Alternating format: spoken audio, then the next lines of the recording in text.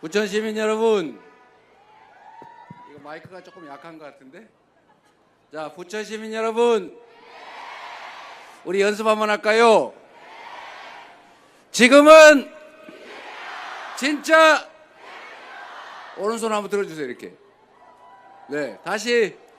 지금은 진짜 너무 잘하셨습니다. 감사합니다. 네, 우리 부천은 잘 있나요? 잘 있다니 다행입니다. 내란에, 경제난에, 민생고에 많이 어려우실 것 같은데 잘 견디고 계시다니 그나마 다행입니다. 힘드시죠? 그러나 이겨낼 수 있죠? 이겨낼 준비 되셨죠? 할 수 있죠? 확실하게 해버립시다, 여러분.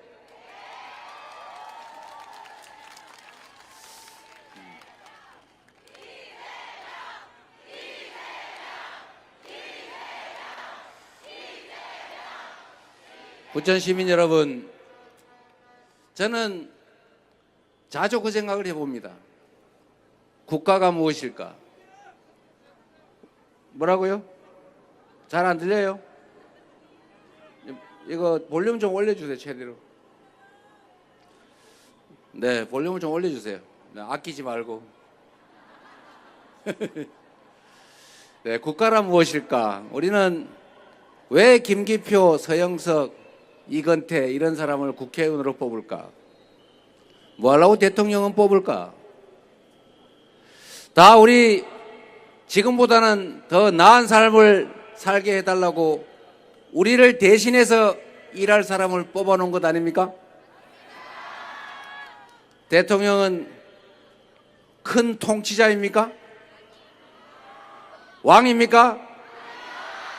우리의 대리인, 신부름꾼 맞지요? 그런데 가끔씩 이걸 착각하는 사람들이 있어요. 우리나라의 권력 서열을 말하면 제일 높은 사람이 누굴까요? 국민이죠. 바로 여러분이지 않습니까? 이 나라의 주인은 국민, 국가 그 자체가 바로 국민이죠. 국민이 바로 국가입니다. 그런데 이 국민이 뽑은 선출 권력, 이 선출 권력으로부터 다시 권한을 위임받은 위임 권력, 이 선출 권력과 위임 권력들이 높은 의자에 앉아가지고 일을 하다 보니까 내가 높은 사람인가? 이렇게 착각을 하게 됐어요. 높은 사람 맞지요?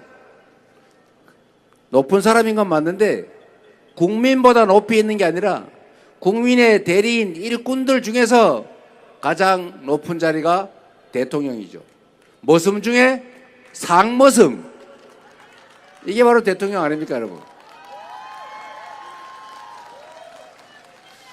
그런데 이 상머슴한테 일 잘하라고 지휘권도 맡기고 쟁기도 맡기고 벽시도 맡기고 창고 키도 맡겨놨더니 내가 주인인가?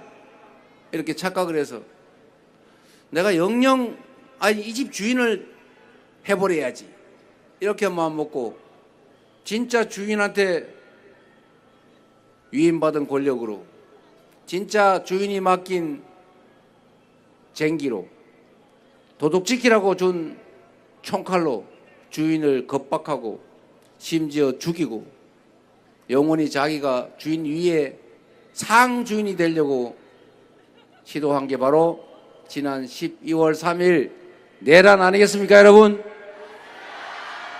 건방지지 않아요?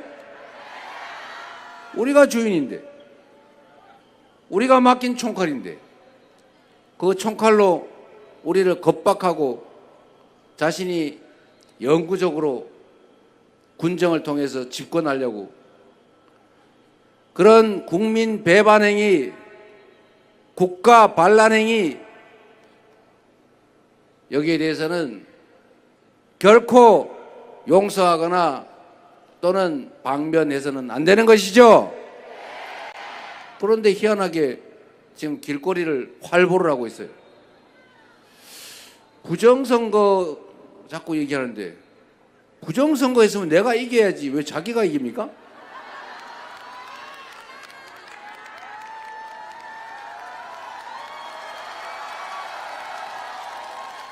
그리고 부정선거 하려면 좀 화끈하게 0.7로 지게 하지 말고 7% 좀 이기게 했어야지. 왜 지게 만들어가지고 이 3년 동안 온 국민을 이렇게 고생을 시킵니까? 이상하지 않습니까? 저는 그들이 왜 그런 소리를 할지 참 궁금해요. 진짜 그렇게 믿어서 그러는 것일까? 아니면 뭔가 의도를 가지고 일부러 그러는 것일까? 뭔가 나름의 이유가 있겠지만 우리와는 생각을 완전히 달리하는 종족이 달라서 그런지 저는 도저히 이해를 못하겠어요. 여러분도 그러시죠? 정상이냐 비정상이냐 차이가 뭐겠어요? 많은 사람이 생각하는 상식, 그게 정상 아닙니까? 많은 사람들의 일반적 상식을 벗어난 걸 우리는 비정상이라고 부르죠. 어쨌든 여러분, 우리 이 비정상을 벗어나서 제대로 된 나라, 상식이 통하는 나라, 합리적으로 예측될 수 있는 나라, 콩을 심으면 콩이 나는, 팥을 심으면 팥이 나는 그런 정상적인 나라 다시 만들어야 되겠죠? 저는 우리 국가 공동체가 해야 될 몇 가지 중요한 과제가 있다고 생각합니다. 그 첫째는 우리 국가 공동체를 지키는 것이에요. 외부의 침략으로부터든 재난으로부터든 전염병 같은 질병으로부터든 하여튼 우리 국가 공동체를 안전하게 지켜내는 안보, 이게 제일 중요하지 않습니까? 두 번째로 우리 내부의 구성원들이 똑같은 생각을 하는 사람들이 아니기 때문에 생각이 다르고 추구하는 바가 다르고 욕망하는 바가 다르기 때문에 이해관계가 부딪히지 않습니까? 그런데 가만 놔두면 어떻게 되겠어요?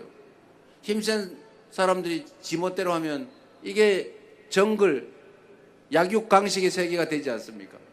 그래서 우리는 서로 지켜야 될 일정한 기준을 만들고 그 기준에 따라서 행동하는 사람은 보호하고 그 기준과 규칙에 어긋나는 데에 대해서는 제재를 가해서 서로 예측 가능한 그런 사회 안에서 평화롭게 질서를 유지하면서 사는 것 아닙니까? 이게 바로 질서유지, 치안이죠. 세 번째 또 중요한 가치가 있어요. 우리가 혼자 따로 살아도 되는데 굳이 함께 살면서 권력을 위임하고 세금을 내고 우리가 합의한 규칙에 마음에 안 들더라도 지키고 딱지 날라오면 화나지만 딱지 벌금 내고 그렇게 하는 이유는 혼자 사는 것보다는 더 나은 삶을, 더 행복하고 안전하고 평화로운 삶을 살기 위해서 그래서 하는 것 아닙니까? 이게 소위 민생이라는 거죠. 국민의 삶, 더 나은 삶을 우리 국가가 책임져 줘야 된다. 안보와 질서와 그리고 민생. 우리는 대한민국 공동체를 튼튼하게 지켜야죠. 그래서 군사력도 강고하게, 한미 동맹도 튼튼하게, 외교도 튼실하게, 안보를 잘 지키는, 안보를 사적 이익, 정치적 이익 때문에 희생시키지 않은 그런 정상적인 안보 누가 잘 하겠습니까?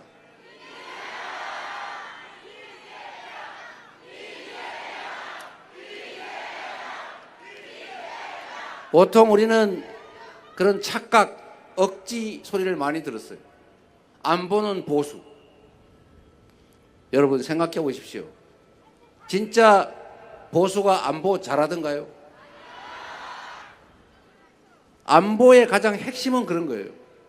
외부의 침략을 예로 들자면 싸워서 이기는 것은 필요하지만 하책이에요.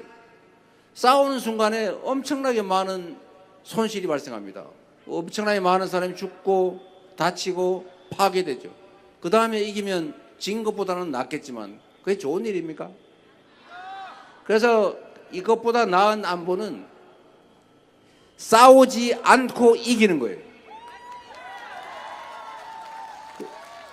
그래서 싸우지 않고 이기기 위해서 강력한 국방력, 국민들의 단합된 힘을 보여주는 것이죠. 그런데 이것도 별로 그렇게 좋은 방법이 아니에요. 진짜 확실한 안보는 싸울 필요가 없는 상태, 평화를 만드는 것입니다, 여러분.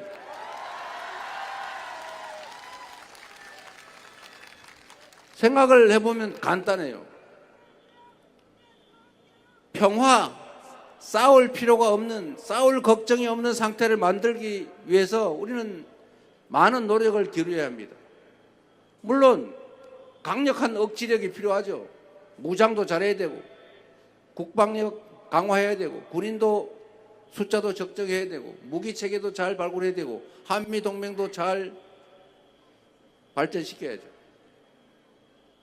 그러나 더 중요한 게 있습니다. 그 위에 대화하고 소통하고 협력하고 공존하면서 서로 공격하지 않고 위협하지 않고 더 같이 함께 살 수 있는 길이 있다면 그 길을 가게 하는 것, 그게 진정한 안보 아닙니까, 여러분?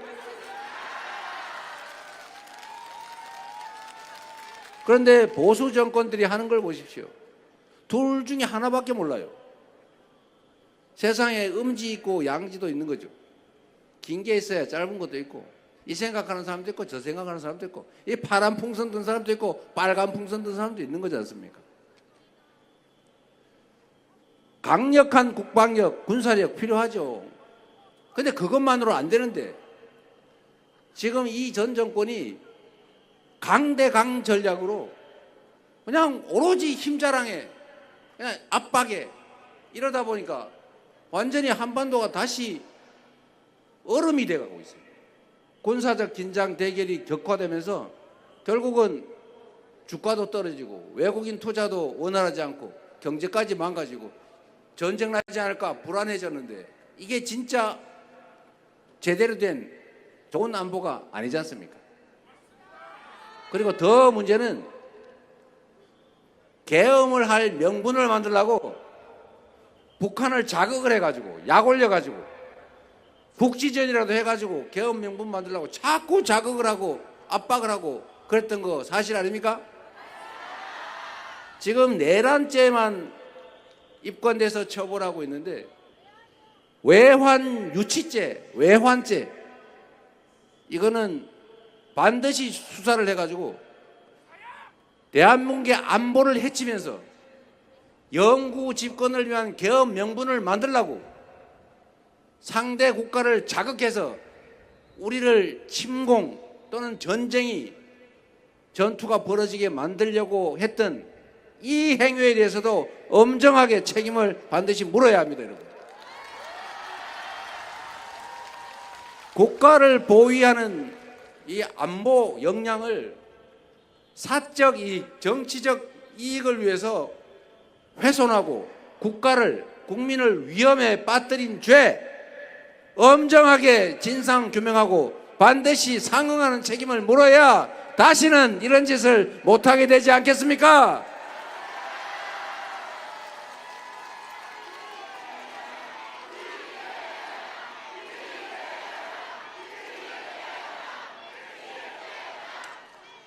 전 세계에서 군사 밀도가 가장 높은 한반도입니다.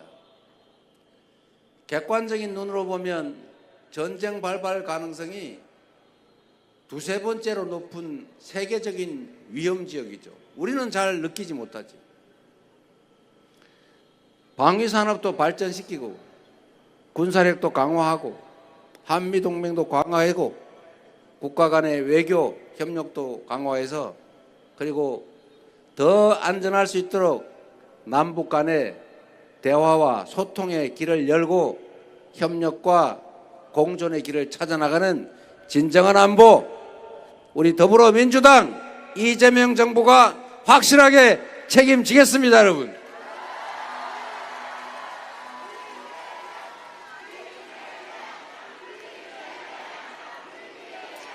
여러분이 앞으로 이렇게 얘기해 주세요. 1, 2, 3 작전이라고 있잖아요. 1번 이재명 3표가 부족하다. 1번 이재명 당선시키려면은 3명을 설득하자. 있는데 그 얘기 하실 때 안보는 보수, 이거 완전히 가짜다. 최소한 대한민국에서는 안보는 민주당이다. 이렇게 말해 주시기 바랍니다.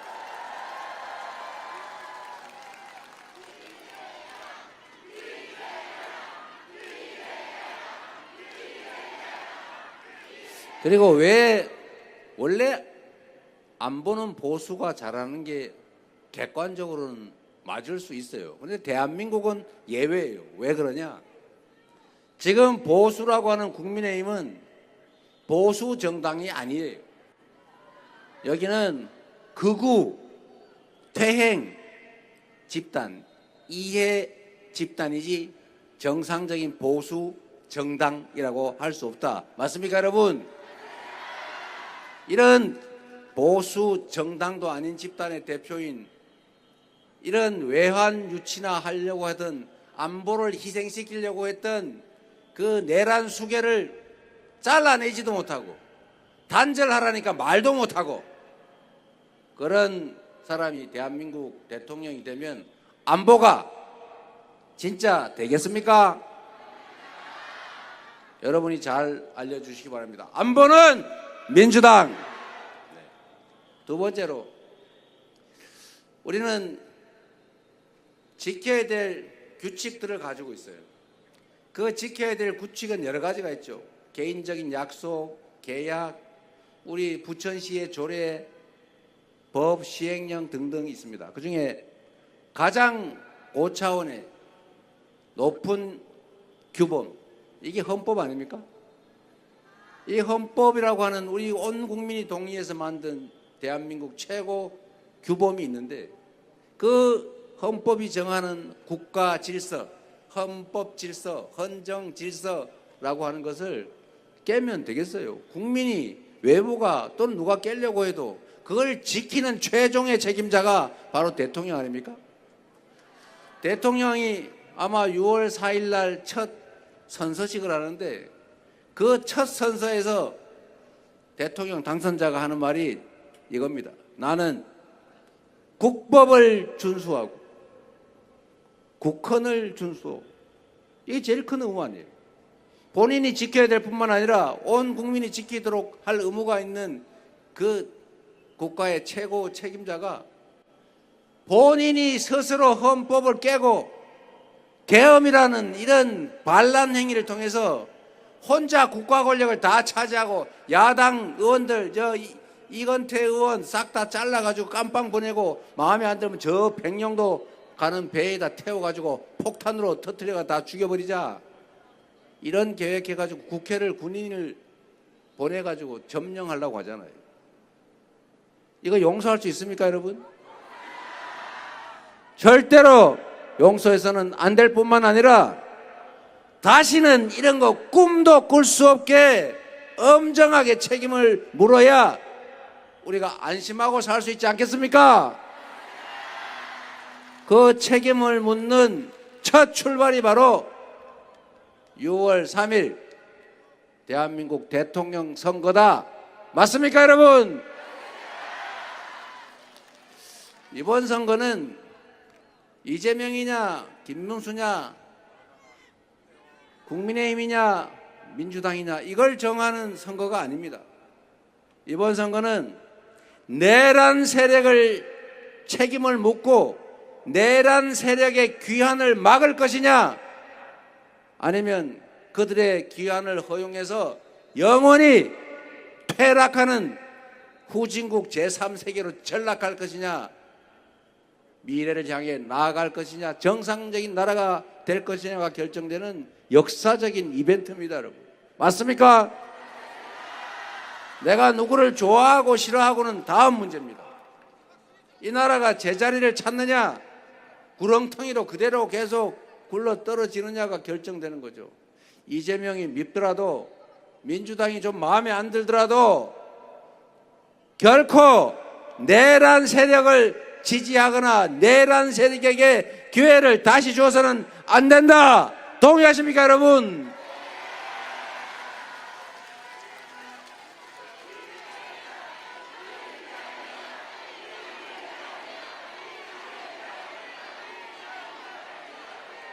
국가의 상머슴 최고 책임자가 스스로 법률을 어길 뿐만 아니라 자신의 불법을 감추기 위해서 국회가 하는 특검법 등등 온갖 법률 다 위헌적으로 거부권 행사하고 검찰, 경찰 동원해서 자기 정적 없는 죄 만들어서 사건 조작해서 감옥 보내려고 하고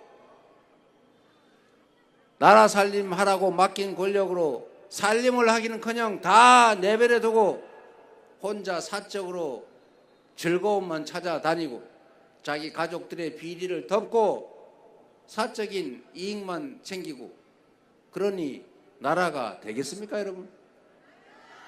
경제가 살 수 있겠어요? 제가 주식시장 가가지고 제가 지금 한 1억 원어치 펀드 구입을 할까 생각 중인데 제가 그 얘기를 할 수 있어요. 민주당이 6월 3일에 당선이 되면 그냥 놔둬도 주가가 올라갈 거다. 왜 그러냐? 주식시장은 아주 예민한 자본주의의 심장 같은 것인데 이 자본주의의 심장은 너무 예민해서 미래가 불확실하거나 예측이 잘 안 되거나 이러면 위축돼요. 그런데 지금 당장은 어려워도 앞으로는 괜찮아질 거라고 예측이 되거나 또는 합리적으로 예측이 가능한 안정적인 정상적인 사회가 되면 다시 좋아집니다. 그런데 지금 주식시장이 어떠냐 한번 보세요. 주식을 좀 중소형주 뭐 안 좋은 좀 부실하거나 우량주 아닌 걸 사놓으면 뭔 주가 조작을 그렇게 해야 된단 말입니까? 맨날 주가 조작을 해요. 이게 올랐다 싶으면 내리고 내렸다 싶으면 누가 올리고 무슨 3S 토건인지 그거는 뭐 1,000원 하다가 갑자기 막 몇 달 만에 5,000원 해버리고 뭐 대통령이 막 우크라이나 왔다 갔다 하니까 갑자기 막 그 주식이 막 올라가고 이게 말이 됩니까? 이게 믿을 수가 있어요? 이 불공정 거래, 주가 조작, 무슨 도이치 모터스인지 무슨 그런 거 주가 조작했다고 누구는 처벌받는데 분명히 거기 주가 조작하는데 관여했다고 보이지고 돈도 왕창 벌었다는데 거기는 힘세니까 조사도 안 받고 처벌도 안 받아요. 이거를 전 세계에서 보고 우리 국민들이 보고 야 주식시장 공정하구나 나도 들어가서 이길 수가 있겠네 돈 벌 수 있겠네 라고 생각되겠어요. 야 저기 들어갔다가 완전 망하겠네 뒤통수 맞겠네 이렇게 생각하겠어요. 주식시장이 너무 불투명하고 불공정한 걸 전 세계에다가 광고를 했단 말입니다. 그러니 국장 탈출은 지능순 그러면서 국내에 투자 안 하고 미국 주식시장으로 가버리잖아요. 그리고 우량주라고 사놓으면 옛날에는 주식이 많이 올랐는데 제가 IMF 때 소형 잡주 막 잔뜩 가지고 있다 완전 망했는데 싹 다 털어먹었죠. 선물 옵션까지 하다가 완전히 하룻밤에 몇 억씩 날리고 막 제 아내가 그때 저 알았으면 아예 가만 안 놔서 이혼당했을지도 모르는데 어제 싹 나를 여먹고 그 다음에 제가 우량주 장기 투자라고 하는 교과서대로 해서 저는 복구를 하고 돈도 좀 벌었어요. 그런데 요즘은 우량주 장기 투자도 어려워요. 왜? 아니 분명히 우량주라고 해가지고 길게 보고 사놨는데 튼실한 암소라고 내가 눈으로 보고 샀는데 이 암소가 송아지를 낳는데 송아지 주인이 남이요. 그럼 돼요 안 돼요?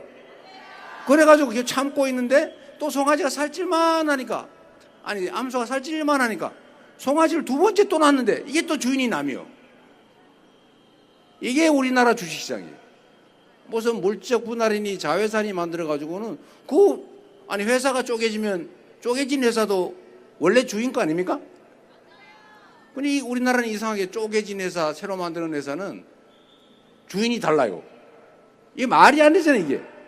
이런 거 못하게 하자는 게 상법 개정인데 이거를 국민의힘에서 자기들이 처음에 하자 그러더니 우리가 진짜 하니까 거부하지 않습니까? 이게 이상하지 않아요? 여하튼 앞으로는 이런 문제가 제가 당선이 되면 거부권 행사 안 하고 상법 개정 곧바로 해버릴 거니까. 그리고 주가 조작하려고 그러면 이제는 뿌린 대로 거두는 세상을 만들 거니까. 콩을 심으면 콩이 나겠지만 대가를 치러야 되겠죠. 폐가 망신을 하게 만들어야 되겠죠. 어떻게 남의 거를 뒤통수를 치고 불법을 자행하면서 빼앗을 생각을 합니까? 그렇게 하면 엄정하게 처벌한다는 원칙을 정하고 저는 한다면 하지요.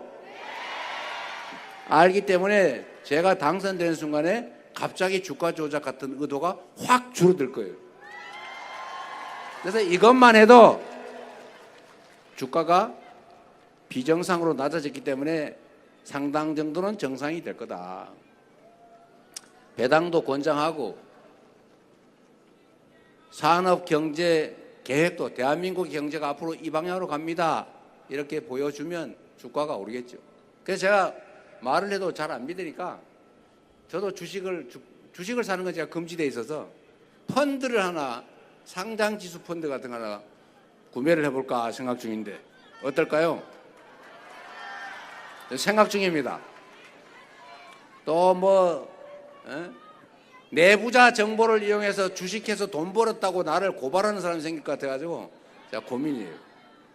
여하튼 제가 드리고 싶은 말씀은 법이 지켜지는, 규칙이 지켜지는 정상적인 사회를 반드시 만들어야 되고 그 첫 출발이 헌법을 어기고 국민을 겁박하고 나라를 망쳐 먹으려고 했던 나라를 망칠 뻔했던 이 비상계엄으로 내란을 일으킨 그들을 반드시 엄정하게 단죄해야 되고 그 출발이 6월 3일인데 그 6월 3일에 여러분이 나서서 그 일을 해 주시겠죠?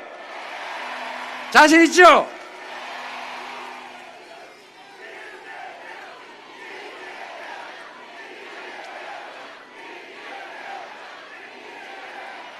제가 참 말씀을 안 드려서 그런데 제가 이 평생 살면서 시민운동, 시장, 도지사, 국회의원, 당대표 이렇게 하는 동안에 제가 참 너무 많이 당했어요.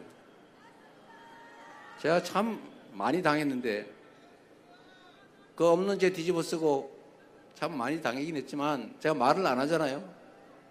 결국 사필 규정 아니겠냐 하지만 제가 여러분한테 약속할 수 있는 것은 다시는 어느 누구도 부당하게 규칙에 반하는 억울한 일 당하지 않게 상식이 통하는 법을 지키는 사람들이 손해보지 않는 그런 세상을 확실하게 만들어 놓겠습니다, 여러분.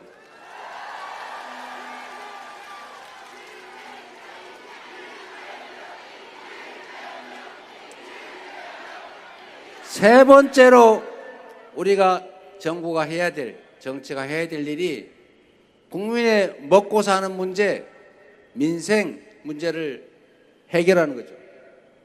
여러분, 우리가 다 이러고 있는 것도 고통스럽지 않게, 억울하지 않게 더 나은 삶을 살자. 좀 등 따시고 배부르게 우리도 신간 편하게 한번 살아보자.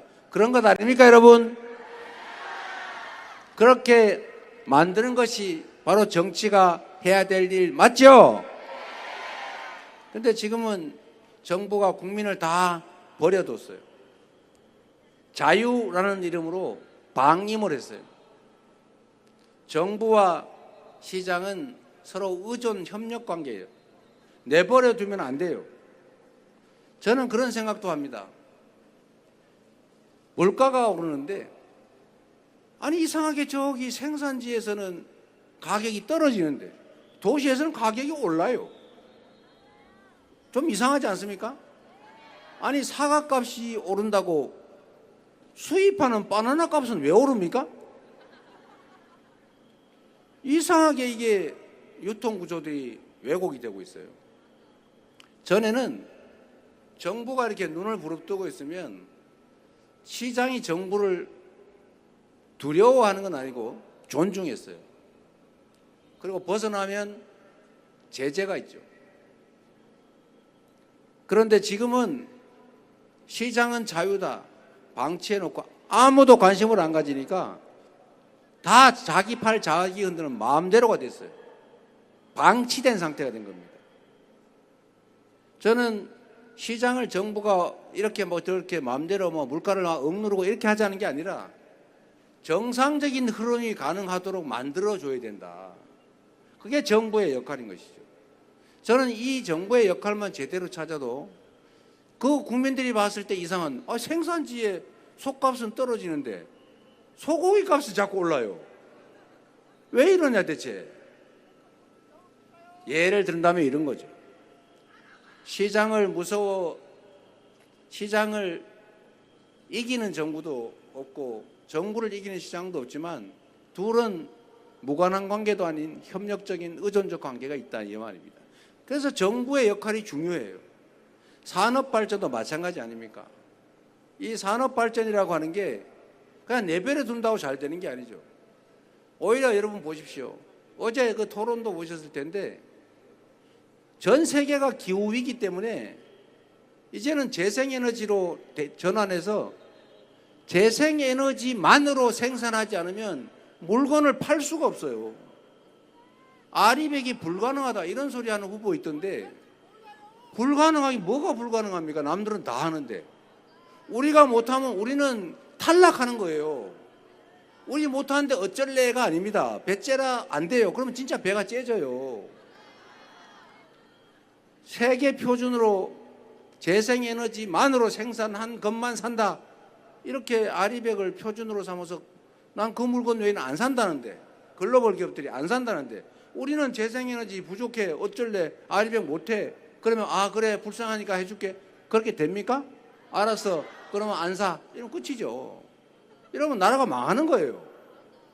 정치란 어쩔 수 없다 논평하는 이 문제 있다 지적하는 이런 비평으로 끝나는 게 아니고 방법이 없으면 방법을 만들어내고 길이 없으면 길을 만들어내는 희망이 없으면 희망을 만들어내는 게 바로 정치가 하는 일 아닙니까?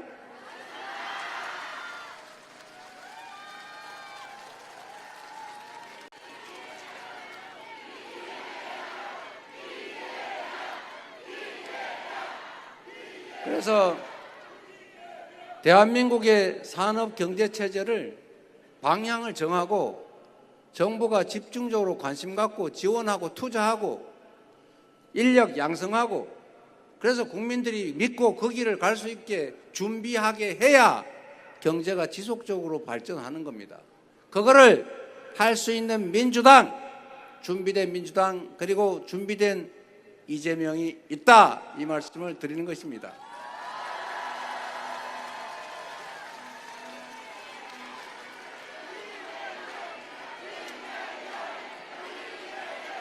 제가 여러분들한테 드리는 말씀으로는 첫째, 대한민국 국민들은 손재주가 좋아요.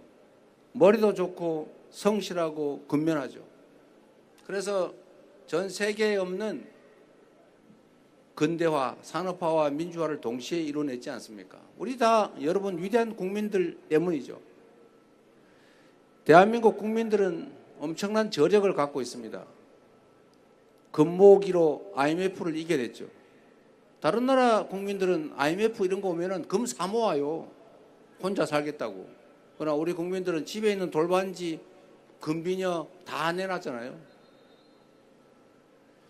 박근혜 국정농단 때 수백만이, 100만이 넘는 사람들이 동시에 집회를 하지만 다른 나라는 몇만 명만 모여도 막 가게에 불 지르고 막 약탈하고 사람 때리고 이렇게 되지만 우리나라는 쓰레기 한 장 안 남기고 폭행당한 사람 한 명도 없고 유리창 한 장 안 깨지고 현실의 권력자들을 권좌에서 끌어내리는 위대한 평화혁명을 해내는 그런 위대한 국민 아닙니까? 바로 여러분 아닙니까?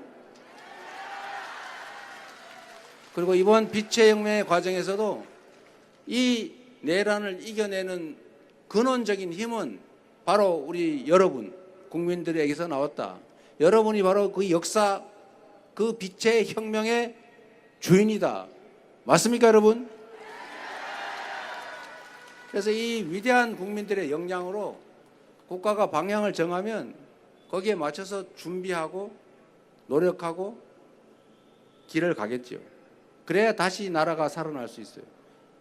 지금 내란 때문에 또 3년간의 이 후퇴기 때문에 너무나 많은 것들이 망가졌습니다. 민주주의도, 외교도, 안보도, 국제적인 대한민국의 품격도 다 망가졌어요. 이제 그걸 회복시켜야 되고, 이제 회복을 넘어서 다시 성장의 길을 가야죠. 오히려 이게 기회일 수 있습니다, 여러분. 이제 변화를 우리 국민들이 받아들일 마음의 준비가 됐잖아요. 약간 힘들더라도 필요한 길을 찾아서 갈 준비가 되어 있습니다. 위기가 곧 기회인 거죠. 정부만 정신을 차리고 방향을 정해줘야 되는데 그 방향으로 저는 이 말씀을 드리는 것입니다. 첨단 기술 산업을 집중적으로 키워야 돼요.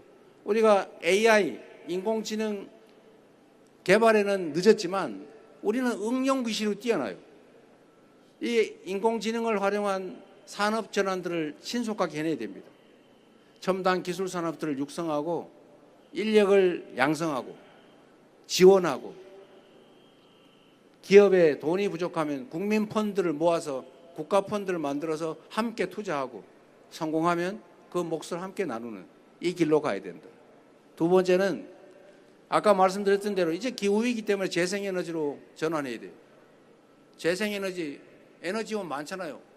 햇빛, 바람, 파도, 온갖 것들이 있어요. 이제는 화석연료 수입에 우리가 연간 200조 원 가까이 지출하는데 이걸 수입 대체할 수 있지 않습니까? 그리고 화석연료로 생산하면 이제는 물건 안 사준다니까요. 유럽에 수출하려면 국경세, 탄소 국경세를 내야 돼요. 내년부터 내야 됩니다. 수출이 안 돼요. 신속하게 전환하면 그 자체가 거대한 산업이고 재생에너지를 생산하는 바람 농사 짓는 사람, 햇빛 농사 짓는 사람들은 먹고 살 길이 새롭게 생긴다. 지방도 농어촌도 살 길이 생기는 거죠. 전력망을 조밀할까 해서 누구나 태양, 바람으로 돈을 벌 수 있는 다시 제2의 농사혁명이 재생에너지 혁명이 가능하죠. 그 길을 국가가 열어줘야 되지 않습니까? 그게 우리가 지금 해야 될 일입니다. 세 번째, 이게 또 중요한 게 있는데 이 부천이 좀 관계가 있어요. 부천은 문화의 도시 맞죠? 만화, 애니메이션, 뭐 영화 또 창작자들이 많죠. 대한민국이 또 가진 장점 중에 하나가 문화적 감성이 매우 높다는 것입니다. 여러분 전 세계의 카툰이라고 그러죠. 카툰. 이 만화 이게 전 세계를 대한민국이 거의 다 차지했다고 해요. 그리고 이번에 폭삭 소가수다 그거 보고 저도 많이 울었는데 눈물에 진물 날 정도로 울었는데 밤새도록 보는 바람에. 근데 그게 우리만 보는 게 아니라 전 세계인들이 보고 공감하지 않습니까? 우리의 문화적 감성 수준이 높은 거예요. 전 세계인들이 한국 노래를 흥얼거리고 한국 드라마, 영화를 보고 그러니까 한국어를 배우고 한국 음식을 먹고 한국을 가보고 싶어요. 엄청난 자산입니다. 그래서 여러분 이 문화산업을 키워야 돼요. 앞으로는 길게 봤을 때 이 문화산업이 아주 유망산업입니다. 돈 드는 것도 또 무슨 원료가 엄청 드는 것도 아니죠. 우리의 이 뛰어난 감성, 창의력, 그다음에 집중력 이런 것들이 큰 자산이 된다. 그래서 문화산업을 집중적으로 육성을 하면 우리 부천도 또 다른 길이 생길 것이다. 이 말씀을 드립니다.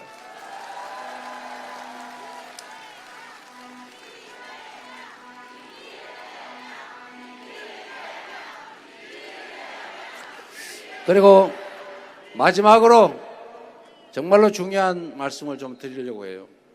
이건 내용에 관한 거고, 그럼 구체적으로 현실에서는 어떻게 할 거냐? 통합이라고 하는 게 정말로 중요한 가치입니다, 여러분. 제가 누구 듣기 좋으라고 하는 소리가 아니고, 우리는 너무 갈등이 심하고 대립 증오가 나라를 망치고 있어요. 여러분 어제 토론도 보시면 토론이 원래 우리가 배운 바로는 나는 이렇게 생각해, 너는 그렇게 생각하는구나, 내가 더 나아, 이런 점에서 당신의 말도 일부는 일리가 있어, 아 요거는 같으니까 됐고 요건 우리가 다른 점인데 이건 이렇게 조정해 봅시다. 이게 토론이죠. 그런데 지금은 토론도 그렇지만 정치 자체가 서로 죽이려고 해요. 제거해 버리려고 해요. 아예 야당을 없애버리자. 그러니까 내 혼자 독탕을 하겠다. 이게 계엄 아닙니까? 이런 극단적인 배제, 혐오, 증오, 대결, 이걸 우리가 넘어서야 합니다. 우리 국민들이 무슨 죄가 있습니까? 우리 정치하는 사람들이야 그렇게 싸운다 쳐도 그냥 정치에서 싸우다 말아야지. 그걸 왜 국민들까지 전염을 시켜가지고 강요해가지고 국민들끼리 편을 갈라 감정을 갖고 혐오하고 증오하고 싸우게 합니까? 그래서 국민들끼리 서로 대자보 뭡니까 그 포스터, 선거 포스터 막 구멍에다 막 눈에다 찍고 말이야.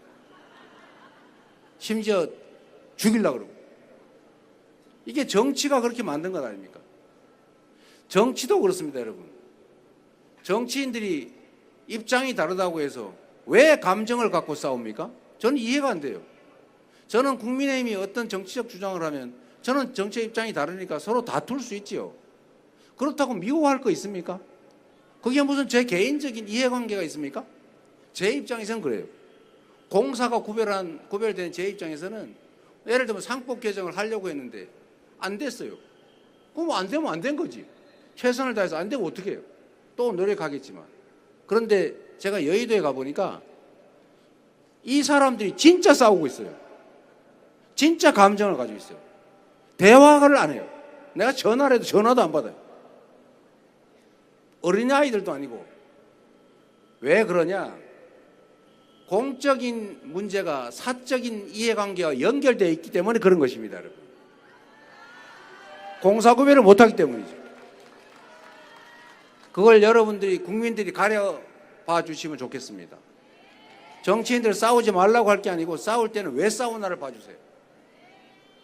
좋은 의도를 가지고 국민을 위해서 일하는 사람과 사적인 욕망 때문에 국민을 위하는 척하면서 사익을 추구하다가 부딪히면 싸움이 날 때 싸우지 말라고 일반적으로 다 둘 다 나빠 이래버리면 선량한 의도를 가진 그런 쪽이 피해를 보잖아요. 결론은 우리 국민이 피해를 보지 않습니까? 충직한 일꾼과 사악한 일꾼이 싸우면 사악한 일꾼을 가려내서 제재하고 충직한 일꾼에게 상을 줘야 그 일꾼들이 주인을 위해서 일하고 그래야 주인 살림 좋아지는 거 아닙니까? 그래서 여러분 최소한 우리 더불어민주당 그리고 이재명은 사적 이익 때문에 공적인 이익을 훼손하지는 않습니다. 그리고 차이 때문에 입장이 다르다는 이유로 그들을 제거하거나 증오하거나 배제하지 않을 것입니다.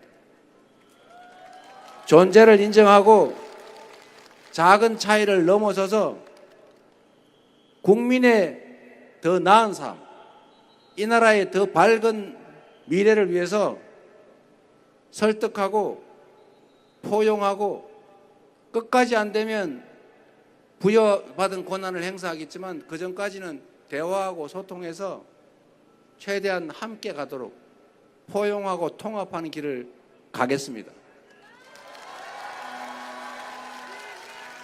이거는 제가 착해서 인심을 쓰는 게 아니라 성과를 내야 인정받을 것이고 그래야 다시 민주당의 권한을 기회를 줄 것이기 때문에 성과를 내야 합니다. 국민이 체감할 수 있도록 세상을 더 낫게 바꾸지 않으면 여러분들 또 다른 선택하시지 않겠어요? 그래서 우리는 성과를 내고 다시 선택받기 위해서 결국은 미워하기보다는 끌어안고 차이 때문에 배제하기보다는 공통점을 찾아서 함께하는 길을 찾아야 됩니다. 그래야 결과를 만들어내고 성과가 쌓여서 다시 인정받기 때문에 그런 우리 민주당 그리고 저 자신을 위한 일이기 때문에 고마워하실 필요는 없습니다.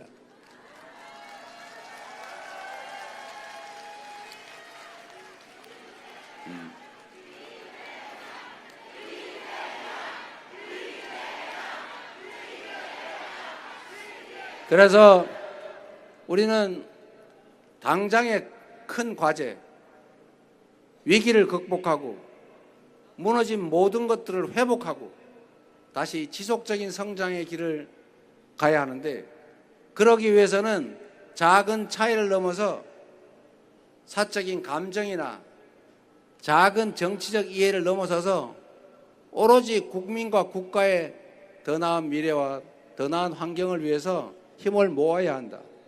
포용하고 인정하고 통합해서 함께 가겠습니다. 대통령의 통령인 통치자 통자가 아니고 국민을 크게 통합하는 우두머리 그 역할을 하라는 것입니다.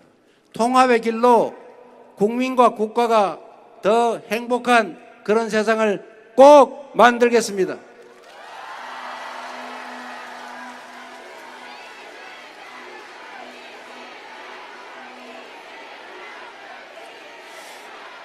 그리고 이 역사의 주인은 바로 여러분이십니다.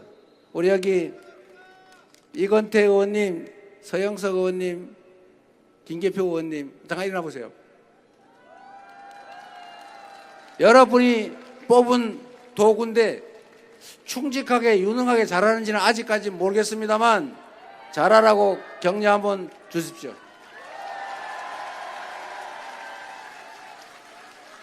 그리고 6월 3일에는 대한민국 대표 일꾼으로 준비되고 충직한 그리고 검증된 이재명을 선택해서 새로운 길로 한번 나아가 주시기 바랍니다.